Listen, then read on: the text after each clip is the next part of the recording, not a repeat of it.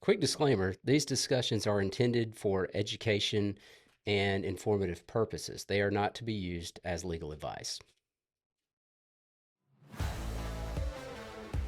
This podcast is proudly sponsored by 256 Realty, investors helping investors. Visit us at 256realty.net. Big thanks to our production team at AVO Multimedia Services for producing, editing, and providing the music that brings this podcast to life. If you enjoyed this episode, be sure to subscribe or follow the podcast on YouTube, Spotify, Apple Podcasts, Amazon Music, iHeartRadio, or whatever platform you choose. We'd love it if you'd leave a comment, review, and rating. It really helps us grow and continues to bring you valuable content. And of course, don't keep all this knowledge to yourself. Share this episode with a friend who's ready to level up their investment game. To catch more episodes and video content, visit our YouTube channel at 256investor.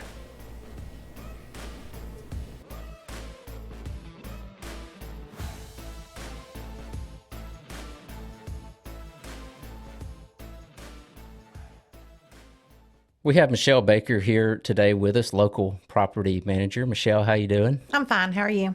Good. Good to see you again. We've been in this business about the same period of time. I think starting around 05, 06. I started out around 03, but we've both been licensed for over 20 years now and been almost exclusively in real estate property management, residential since then. And I'd like to go back and start with your history of how you got to where you are. I think you started around 05 and when things were cooking, and then we had the big crash around 2008, and things changed a lot. What were you doing when you got started and got licensed around the 05, 06 period? Well, I was staying at home for the most part because I had just had twins in 2000. My youngest two, they're 25 now. So I just bouncing, doing odds and ends here and there while my husband worked, and so I could be around for the kids. And then we were looking for a house, and a friend of mine was a realtor, and she talked me into it. And it's like, here, you put the offer in on your house, write it up, I'll submit it. Let's see what happens. And so I did, and we got the offer accepted on the house. And she's like, you need to go to real estate school. So she paid for my way through real estate school, and I got my license, and I went to work for her company. And then 2 years later, I went ahead and got my broker's license. And then me and another friend of mine opened ABC Realty in Decatur, focused primarily on foreclosures. And then we bought a property management company that had 450 doors. So I was the property manager. That's back when everything was on paper, legal size, Excel, spreadsheet for rent roll, Yep, I remember. everybody had to come in the office. And so from there, I've just kind of stayed with it. 2007 to 2008, when the market tanked, I was in a good position to list a lot of foreclosures.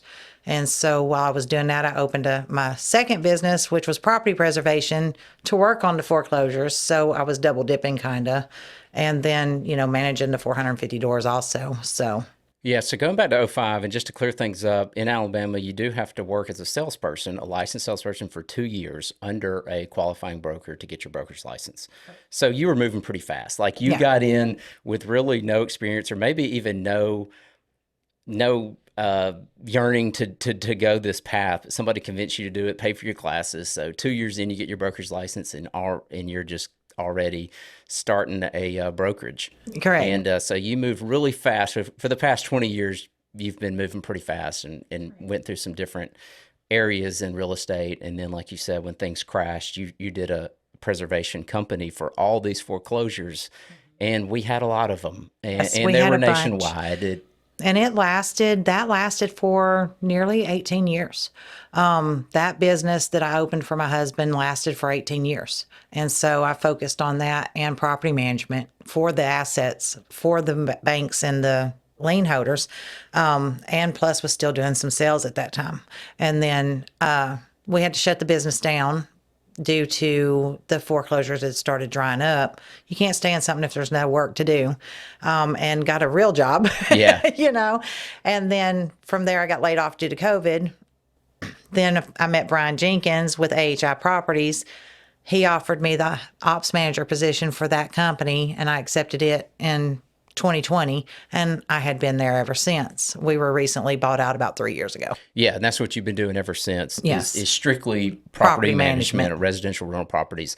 The preservation you were speaking of with the foreclosures basically involved getting those houses prepped so that they could Go on the the market. lenders could get them off their books. They were REOs, real estate owned from these different lenders, and you would clean them up, probably winterize them during the winter, things like that, just really to preserve them, make sure that they were in good standing, and rip out probably any disgusting carpet and things like that that could be a health concern. A lot of trash outs, a lot of lot haul of outs, yeah. lawn care, a lot of roof repairs, a lot of sheetrock replacement, rekeys, winterizations, you name it, we did it. Yeah, and back then, like the period to me, it was really like '08 to about 2016 is when, I mean, that was a long period where we really had consistent foreclosures. And as an investor, I would go look at these houses, and every house I went into, there was something stuck to the front door Safeguard. detailing who the asset management company, preservation company was. Yeah. And that was just how it was for almost 10 years. Bright And orange stickers. Yeah, and I was so used to looking at properties that way. And now you will never find those around. Well, you'll find them, but unfortunately, they're few and far in between, and you're not getting the equity that was automatically in them now that you were getting then. I mean, you could buy one back then that you could get it for $60,000 and it actually be worth 190, and boom, you've got instant equity. After a little love, of course.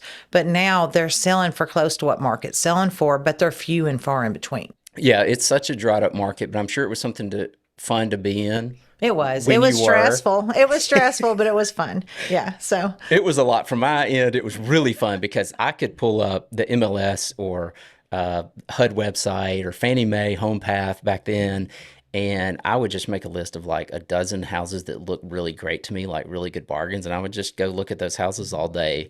And like you said, they were, a third or a fourth of what its value was. And it was so much fun. But those days are unfortunately, long ago. those days are behind us, I think. So, which is fine. I would rather somebody get to keep their house than have somebody come and tell them they have to leave. So, if they get to keep their house and decide they don't want to live there anymore, then they can turn it into a rental property, and that benefits me too. So. Right. Well, I mean, you've seen the worst of what homes can look like then, because when somebody's forced out of their home because they couldn't make the payment for 6 months to a year, they're generally not left in great condition. No. So you got a really good taste of what a difficult home is, but what it could be and how it can easily be turned around for an investor. Well, and it taught me a lot about maintenance too, which also helps me in the property management side. I can walk into a house and see things that even most of my contractors don't see, because that was my job for so long, was to walk into these houses and make sure I get every little thing that needed to be fixed, and that I document that. So I can walk into a house that a potential investor is looking at, wanting to purchase, even if they're out of the country, and I can take the pictures and I can give them a true picture of what that house truly is and whether it's going to be worth it. Yeah. What are some of the worst homes you saw? Do you remember I walked just extreme hoarder houses or anything like that? Yeah, and actually some of the worst ones were here in Huntsville in the really, really nice areas. We walked into one day that you literally had to step up almost 4 foot, and by the time you got on top of everything, your head was touching the ceiling. Yeah. It was bad. It took us a week to trash that house out, and I'm talking over 800 cubic yards of debris inside and out. And mind you, cubic yard is a 3x3. Yeah. So Yeah. I don't think that was that uncommon back then. No, it wasn't. But then we walked into some that looked like they'd just left to go to the grocery store and never came back. And it was a perfectly clean, perfectly nice house, and they just walked away and left it. You see a lot of tenants leave homes the same way, right? Well, a lot of the residents they would hold out until the very last because they knew that these lien holders were going to offer them a cash for keys. And in other words, if they left it in broom swept condition, pristine condition, then they would get a check. And a lot of them would hold out for that check because it wasn't the residents' fault that were renting the properties that the mortgage wasn't being maintained. And that's still same to the day. If you do have one that goes foreclosure, you can't charge that resident the rent because it's a foreclosure and the previous owner doesn't own it anymore. The bank does. Right. Yeah. So you went from there into a little gap in your career in real estate, but then you resume with property management for the last 5 years. This is all you've been doing. Which I've always stayed in real estate, even when I was doing corporate accounting, and the property preservation, and I and the PM. So I've always been in it throughout the 20 some odd years. I just I did other stuff Yeah. on this. I'm a glutton for punishment, so I have a tendency to keep myself busier than I need to be. Do you have a background in accounting? I do. I do. So, I was doing corporate accounting for a big electronics provider here in Huntsville that did defense for the Redstone and was responsible for like $62.5 billion a quarter to bring in. So that's when I had my first heart attack. First heart attack. All First right, heart we'll get attack. to the other ones later. No, it's only one, and I Okay. don't want another one. 3 days in the hospital after having a stress-related heart attack is enough for me. So I take Okay. very good care of myself now and try not to stress out anymore. Did you study accounting in college? No, believe it or not, I never went to college. Okay. Actually, I went for a year, and then I decided, this is boring. So, Well, nothing wrong with that, and we'll kind of get into some more of that in a minute here. But I do want to mention that you have more certification specifically in property management than most people in this state. You've got MPM, which stands for Master Property Manager, Master Property Manager, and an RPM, RMP, RMP, Residential Management Professional. Residential Management Professional. That are both from NARPM, which stands for National Association of Residential Property Managers. I am the second and only the second in the state of Alabama to have my NPM. Of course, Brian Jenkins, my former boss, is the first, and I had to match him. I could not let him go without me having it as well. So I recently got that in March of this year. Yeah, March of this year. I'm only one of 338 in the United Oh, States. wow. So it's a lot of training. It's a lot of additional education. It's a lot of commitment. I've also been the vice chair and chair of NARPM's convention committee. I am also on their professional development committee. I was also a member services vice chair and on their committee. So I take the industry very seriously. I take being one of the best property managers I can be very seriously and do my best to make sure I'm educated on everything and all the updates. And this is exactly why I wanted to have you here today. It is something that needs to be taken seriously. Property management for other investors or for yourself, really.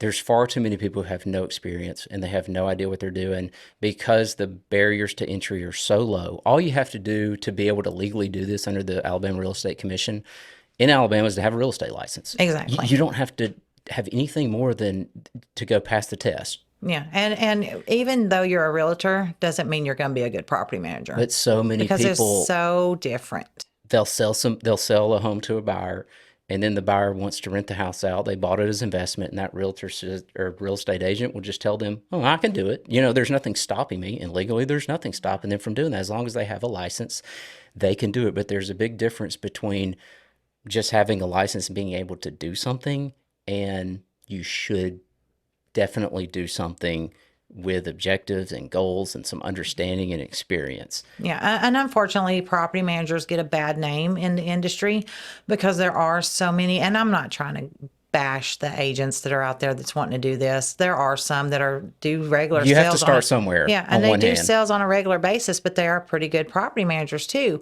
But they're not taking it to the level that I have or that the other 338 people in the United States has. Because to be a good property manager, you have to be able to be proactive, think ahead, look at that investment like it's your property, not that you're doing it to make money off of it, because you want to make sure that you keep that property in top condition for that owner. If you don't, then that's a big investment that they've spent a lot of money on that you're not taking care of, and that's a liability for you. Water, that's the major issue when it comes to any property. A small water leak can do more damage than a hurricane. I mean, in our area, hurricane anyway.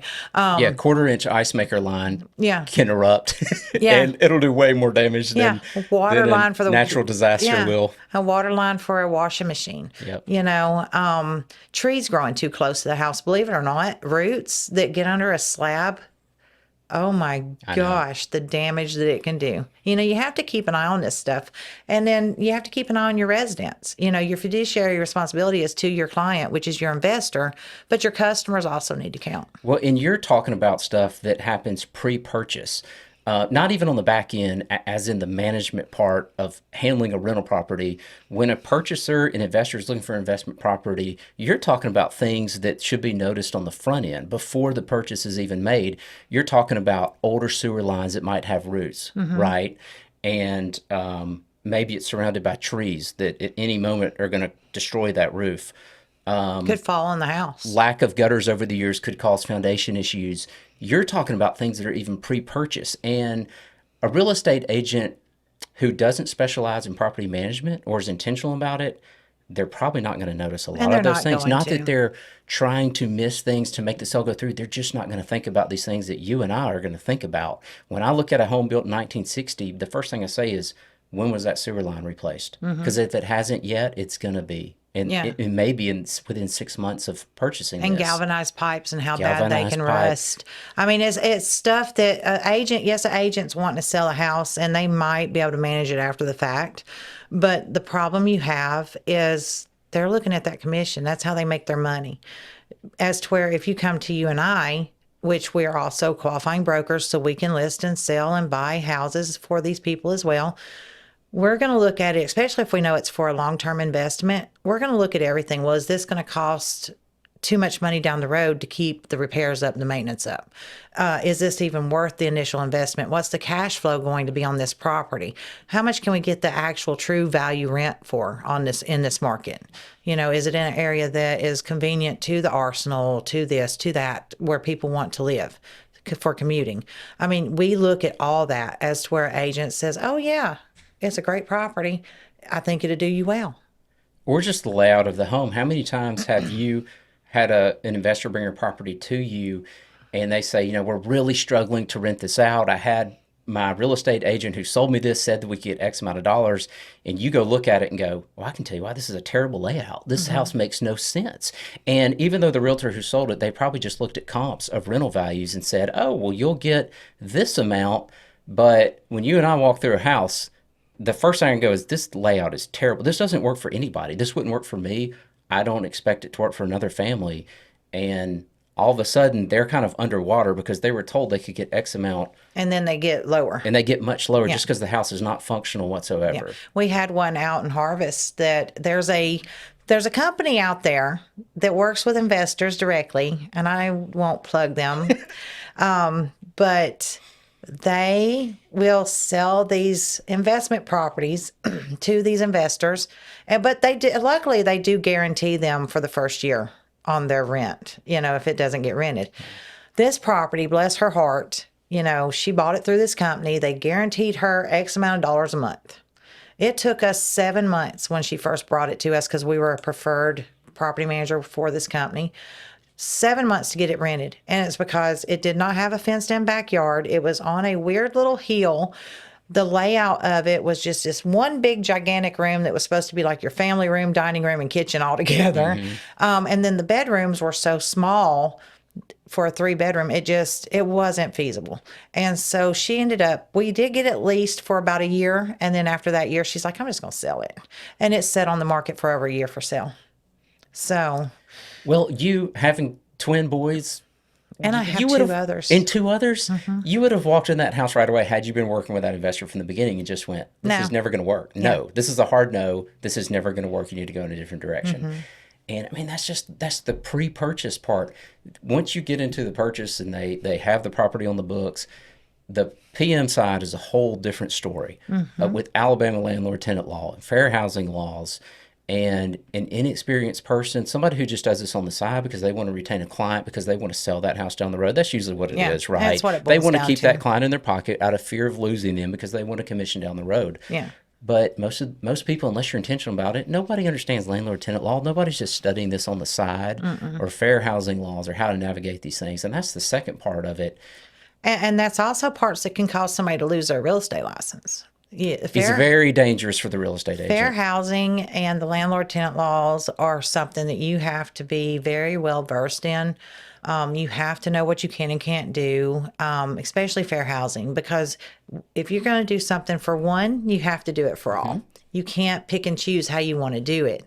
And so for somebody that's a realtor that says, oh, well, to make a little extra money on the side, I want to manage these houses too, but they don't take it seriously, you run the risk of losing your license. I mean, not only do you open yourself up to liability, but you open that owner that you trusted you up to liability. It's a lot of liability. And, when it, like you said, when it comes to fair housing, there are some general things you have to be aware of, but then you have to apply that to everybody. And I think that's one thing that trips a lot of people up. People who are self managing, I'll try to say this the best way I can. People who are self managing, as long as they just have a few homes, they can do a few things that you and I, as licensed agents, Can't do. cannot do. They can discriminate, for lack of better words, Yeah. on certain classes that Yeah. you and I cannot do as real estate professionals, right? Yeah.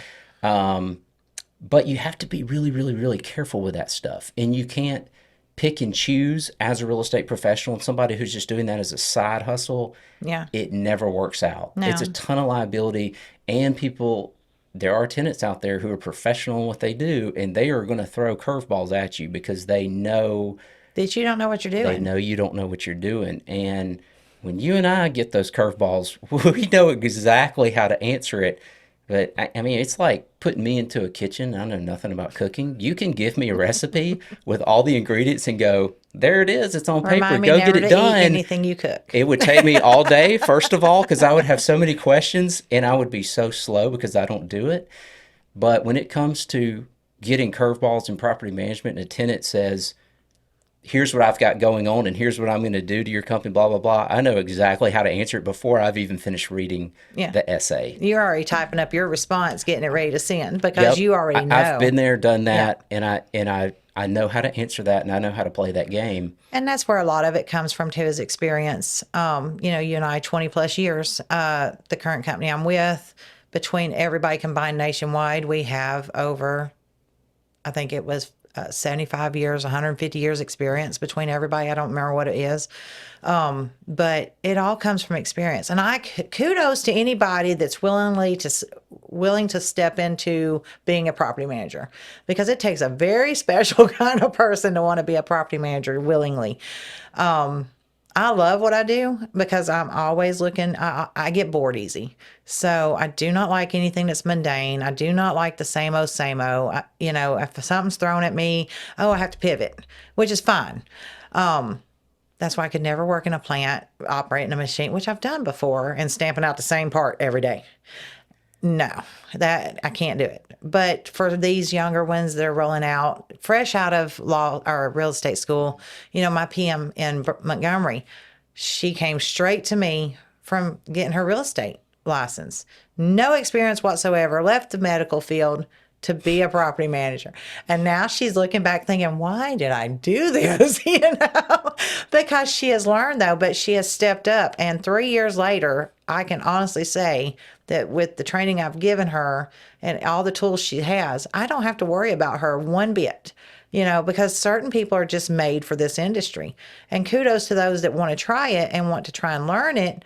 But it takes a special person, and it takes somebody willing to continue their education in this business, to know the rules, because they change and change quickly, to keep up with fair housing, to make sure you're following that line of ethics that the Real Estate Commission gives you that says, hey, you can't cross this line.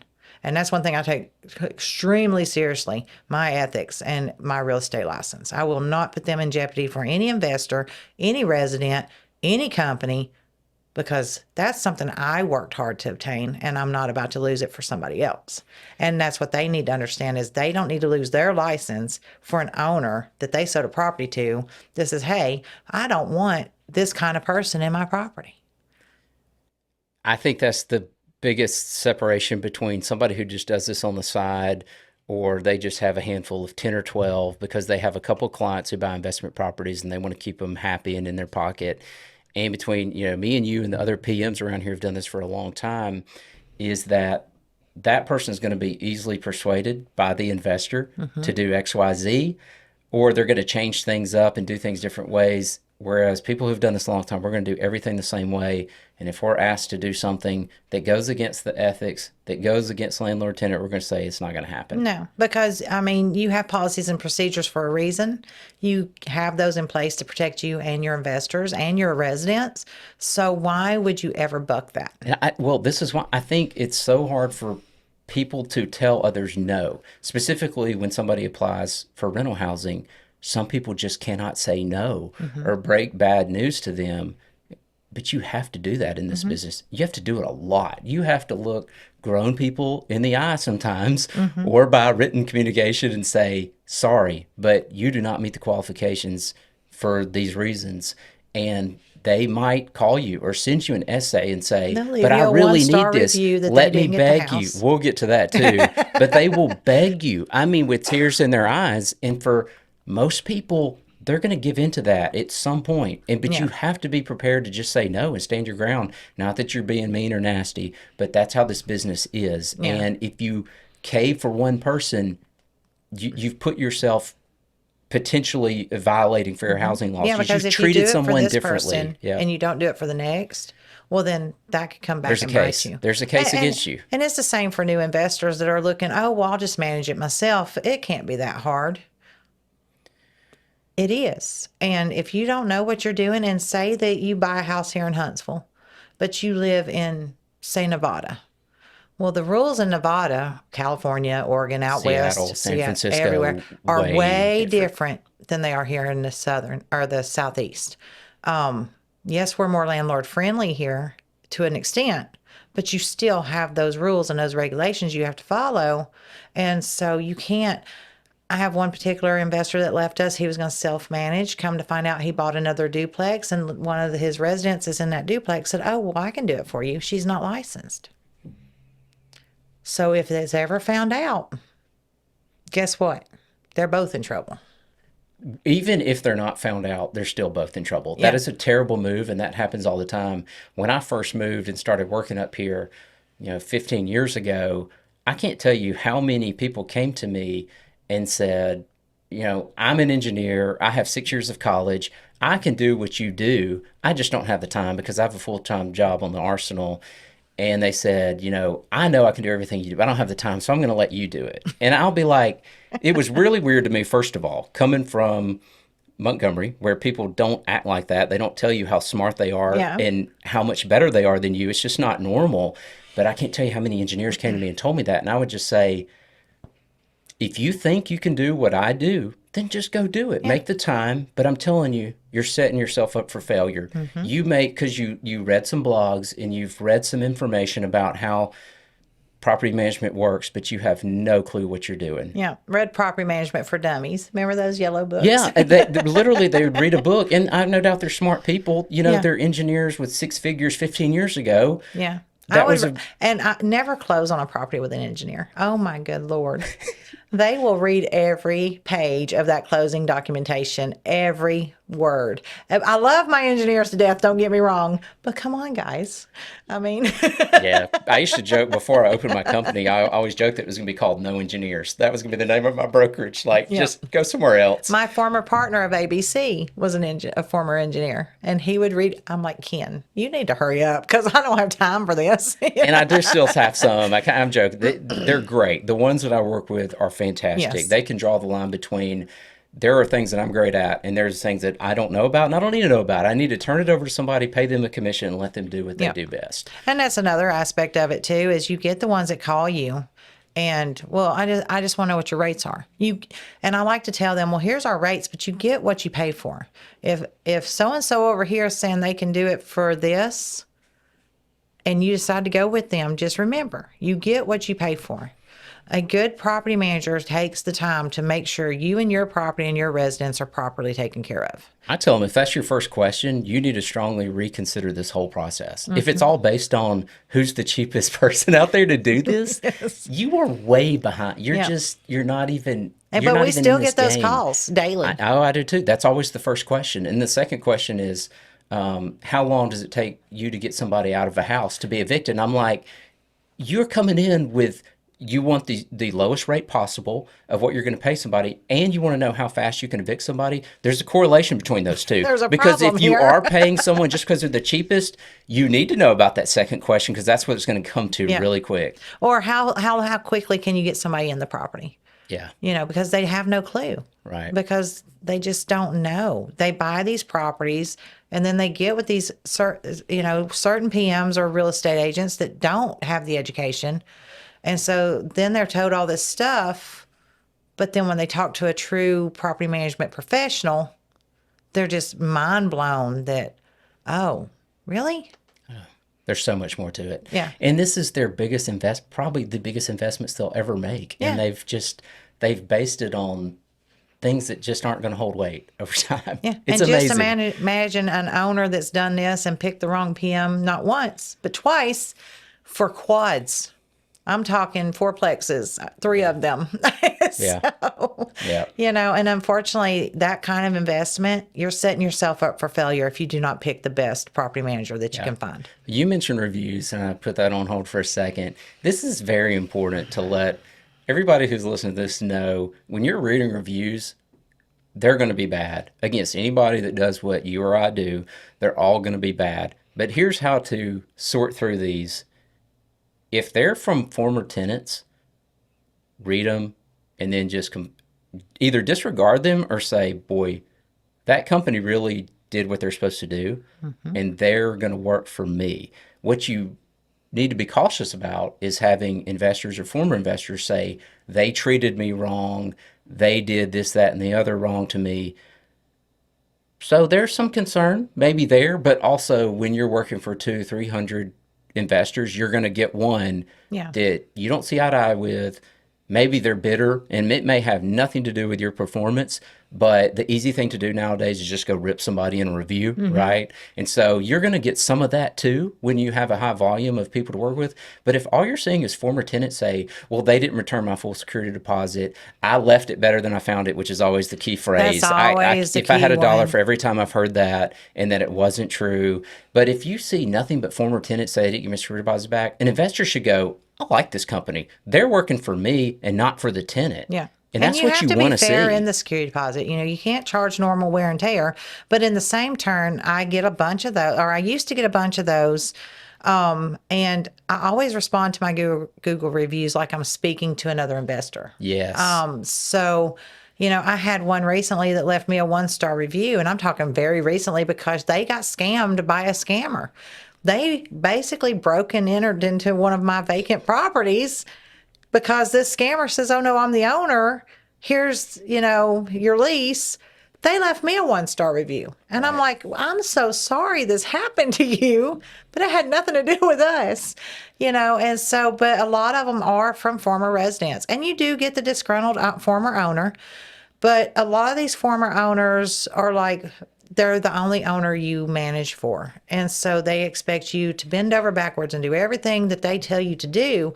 And that's the owners I didn't want because I treat everybody the same. That's the point of policies and procedures. Right.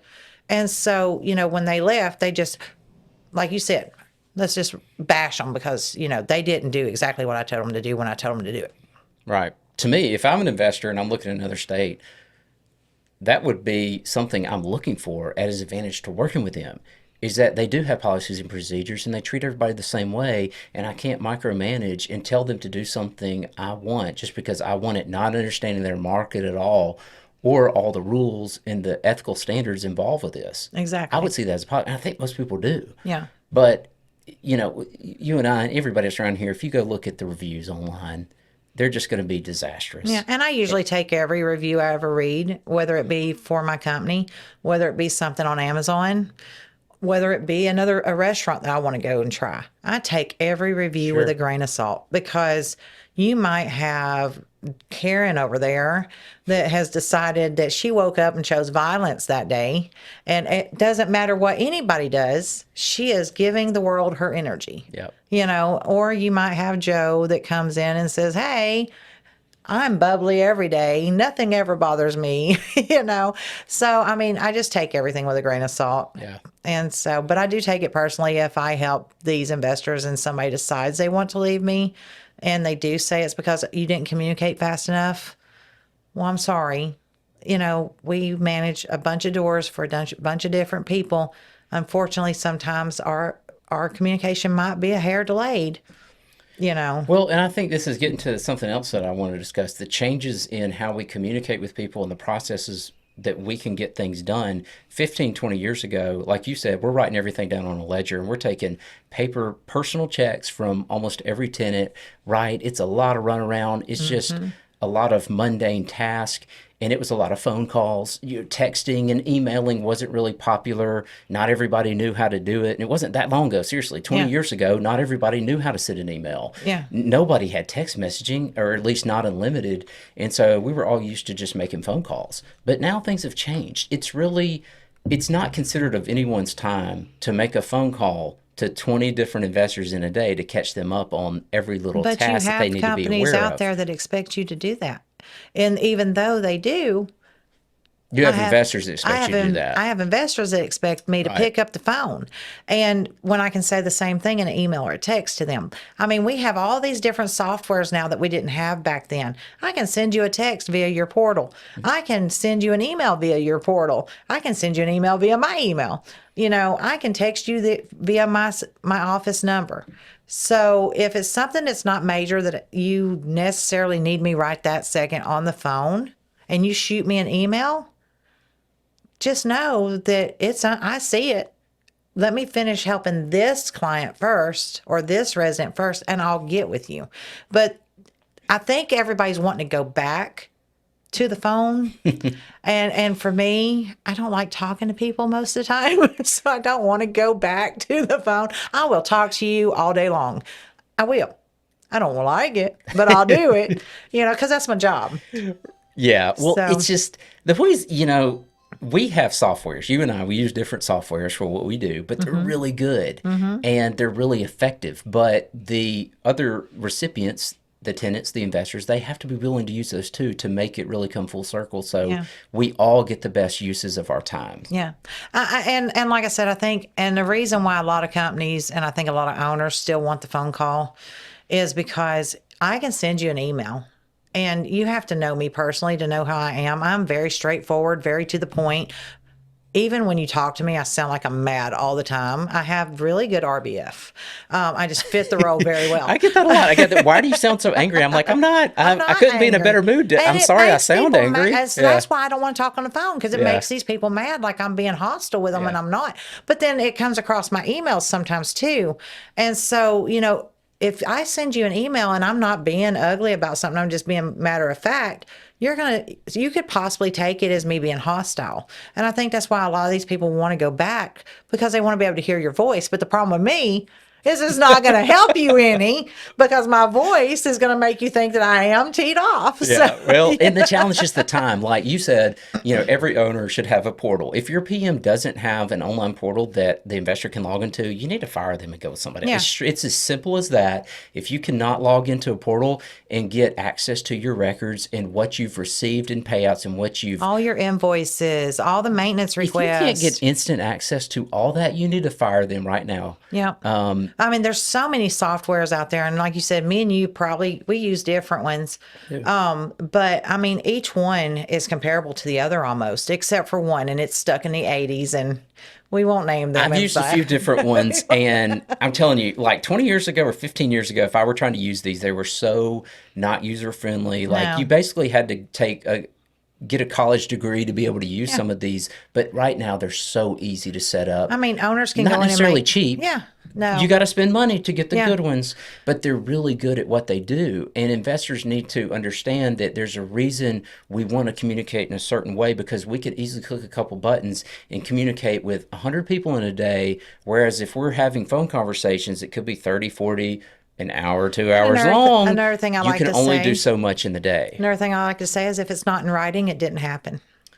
It's very important to have these in writing. You and I have been in front of judges, Yeah. and it's very important to produce that everything's in writing, especially between the PM and a tenant. Exactly. It's very, very important. That's why if somebody does get a hold of me and says, I need to complain about a few things in my house that need repair, I'm like, you need to hang up right now, send it in writing. I'm not taking this over the phone, not now, not ever. Yep. Or You've you got to have put a this in portal. writing. You need to go in and make a You've got a maintenance portal. request. It's so easy. You can send pictures or a video. It protects them to prove that there actually is something that needs to be addressed. Yep. And it documents it and gives a timeline of when they sent it to us. And that's the whole main point. Because a lot of people in Alabama don't know that you can get a maintenance request But if it ends up taking too long due to, back ordered supplies or whatnot, then these residents can turn around and send this notice saying, hey, you've got 14 days from this notice, or I'm going to terminate the lease and you can't do anything about it. So that's why it's so important to if it's not in writing, it did not happen. Right. And what you just So, mentioned right there is another thing. There are so many examples like that with the rules, with how fast an owner or PM has to respond to a repair, the severity of the repair, how long they have to declare a place abandoned. There are so many. There are yeah. so many things. And if it is abandoned and there's personal property in there that equals up to a certain amount, you still have to do a personal property eviction, because if not, then you can turn around and be sued. Yeah. So, I mean, there's so many rules, so many regulations. We could go on I and know, on we and really could. lay out a plan, but the point is, if you're an investor, even local ones, they really need a PM unless they make this their full-time job and they really deep dive to understand, and they take classes and courses and they get, if you're not doing that, or if you're out of state, boy, you better have a PM. Yeah. And there are people who try to do this long distance, and Yeah. I just don't And understand if you're an it. agent or a PM listening to this, I recommend going to narpm.org. You need to go in and explore that, because if you want to take your career seriously in property management, that's the only way to do it, in my opinion. I mean, there's IRM, there's other ones out there, but they cost a whole lot more to get that education. If I was to go through IRM, it would cost me almost 10 grand. But mind you, it's the same kind of education as to where NARPM, it's a small investment in your future and your career. Yeah. I mean, and the same with investors. They need to look for people that have designations or have extended training. They need to look for property management companies that have people in place that have the experience. You don't want to trust one of the biggest investments that you do in your life that you expect to retire off of, if you're a long term, to somebody that's just doing it fly by night. You need somebody that knows what the major maintenance issues are that need immediate assistance. You need somebody that's going to have these leasing standards that everybody's treated the same and they have to meet the same requirements in order to get in your property. Yes, I want to get your property leased as quickly as you do, but I'm not going to put somebody in that property that 2 months down the road we're going to have to evict, because the eviction cost itself, you're going to lose money on top of them living in your house, A lot more possibly than having a vacant destroying property. it. Yes. Yep. And then that's another thing is, yes, the market says you can get $1,800 a month for your house or whatever, but just know that right now the market is weird. And so, the market says it's worth X amount of dollars, but guess what? There's 3 more in that neighborhood and they're at this rate instead of this rate. So guess what? You need to be a little bit below the lowest one. Right. Because you'd rather have that much income coming in every month than it's sitting there vacant for 6 months and you paying a mortgage on it and paying utilities and paying property taxes and not getting any cash flow. That's where somebody like you or I that knows the industry, knows what we're doing, has the experience, can guide you and lead you. Not just, oh yeah, it's a great property and you should get this amount. Right. There's a lot more to it than that. Like you mentioned, the investors need to look for the right accreditation and little symbols beside somebody's name. It'd be great if you were a veteran certified. What do you call it? I don't even know what the accreditation is, but it's veteran like certified accredited buyer's agent. veteran agent. That's great to have. Or a relocation agent. But is that going to help you on the investment side of things? No. Probably not. It's And going I to see help you if you're realtors moving. that have 12 different things listed under their name, titles they have, but they mean nothing in the investment world. Absolutely nothing. When people come to me and say, what makes you different than every other real estate agent? I go, I've been an investor for 23 years. For the last 23 years, I've bought at least one investment property myself. And before I'm going to tell you how something should be done, I've done it. And I've learned all the failures and I've learned how to do things the best way. And those are the questions people need to be asking somebody who does what you and I do is, do you have the right accreditations? Have you taken the right courses?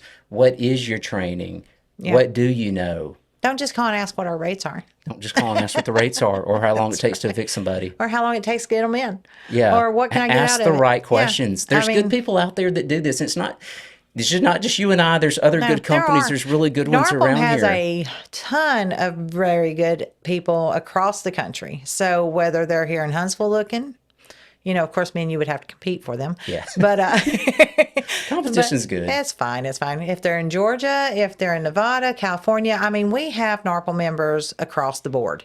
So it's very easy for an investor to go to narpm.org and do a search for a member and find who they need in their market. Or if they're looking to invest in a market, go and find a NARPM member or find somebody that takes this profession seriously.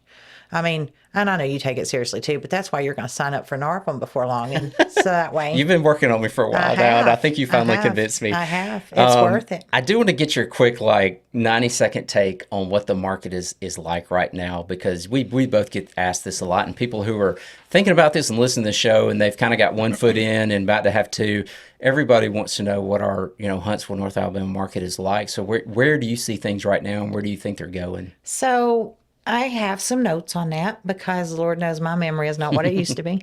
So we are seeing consistent growth in Huntsville. We started out as mainly agriculture after, the initial Apollo thing. Huntsville had to decide back then, were we going to just ride the coattails of what we did back in the 60s, early 70s, or were you going to expand? We have the Arsenal. We have the FBI. We have Mazda Toyota. We have Amazon. We have all these industries coming in. Potentially one from Colorado Springs. Yes. All these big high-tech companies coming in, which in turn brings in people, which in turn increases rental demand. Right now, we are considered the largest city in Alabama. I don't know if anybody knew that or not, but we are. We outran Birmingham and Montgomery, I think it was last year, left them hanging. So we are the biggest city in Alabama now. And the outskirts, don't just look at Madison County, Limestone County, Morgan County, outskirts areas too. Me, for example, I commute in every day from Morgan County, Morgan-Colmy County line. There's so many people on I-65 with me that commute every day, so, those are areas you can look at too. We have very strong rental rates. We are able to hold. We've never had any problems, even during COVID, with collecting rents with, anything. We're steadily growing. So I think it's a great place to invest. And if you need me, give me a call. Okay. Well, that says it all. That's a pretty quick and easy. I agree. When other big markets have been really crushed and are kind of down, we're just not that way. Yeah. Even our down is still really, really good. Yeah. And like I said, it's not just Madison, Huntsville. It's the outlying areas too. I manage properties in Decatur. I manage properties in Athens. I manage properties in Scottsboro. So, it's all over. Guntersville is a great place to look at too. Arab is booming. Yep. So, everything is growing around us. So if they're looking to invest, they need to invest in North Alabama. Yep. No reason to wait. Well, Michelle, I won't keep you any longer. I know you're super busy. I really appreciate you making this time to be with us today. Well, and if anybody wants to reach out to me directly, they can call me on my cell phone, 256-345-8851. There you go. Jot it down. Michelle Baker, thank you so much for coming in. Thank you, everybody, for listening and joining us today. I'm JD. My time's up. I thank you for yours. This podcast is proudly sponsored by 256 Realty, investors helping investors. Big thanks to our production team at AVO Multimedia Services for producing, editing, and providing the music that brings this podcast to life. If you enjoyed this episode, be sure to subscribe or follow the podcast on YouTube, Spotify, Apple Podcasts, or whatever you please. We'd love it if you'd leave a comment, review, and rating. It helps us grow and continue to bring you valuable content. And of course, investors love to share good knowledge. If you enjoyed this episode, please share it with a friend who's ready to level up their investment game. To catch more episodes and video content, visit our YouTube channel at 256investor. Want to get in touch? Visit our website at 256realty.com. We'd love to hear from you. Until next time, keep investing wisely, and we'll catch you in the next episode.